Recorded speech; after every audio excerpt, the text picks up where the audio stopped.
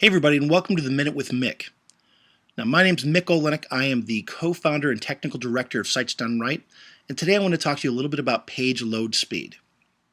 Page load speed is real simple to understand. It's just how fast does your web page load on a browser or a phone the first time you try to load it. Now, an acceptable range is typically going to be anything underneath 5 seconds. Really, in an ideal world, it's going to be somewhere between 2 and 3 seconds lower if you can get it. But I just want to show you how to go ahead and do this and test it for yourself. Now, you can test your page load speed. We recommend going to a third party. And I like Pingdom. It's just a really good one. I'm going to test DanceSitesDoneRight.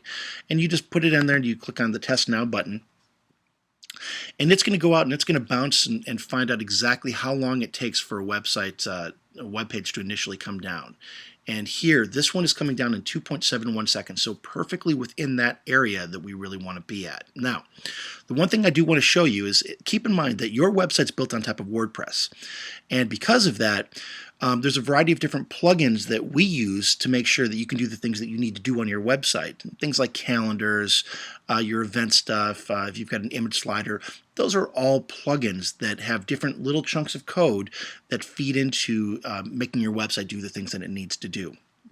So if you ever take a look at a report card, what you're going to find is that most of these are going to say, you know what, you really should be combining your external JavaScript, you should be combining your external CSS.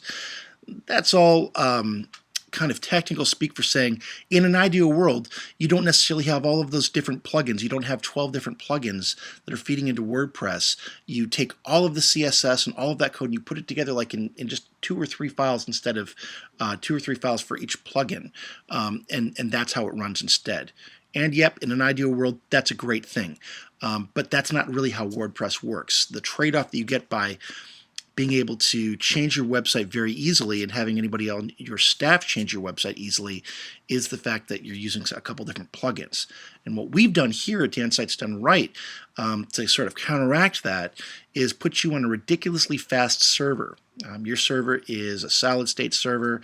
It's got a variety of really high-powered processors and a lot of RAM, and that's technical stuff, but basically it's about as fast of a server as you can possibly get, and that kind of counteracts the fact that we're actually running WordPress. So again, the main thing you want to look at is look at this load time. If you're sitting underneath 3 seconds, you're looking great. If you're sitting underneath 5 seconds, it's acceptable, but you really want to be underneath 3 and you'd be looking real good. All right? Thanks so much, folks. This has been your Minute with Mick. My name is Mick. Hope you've enjoyed it. Take good care.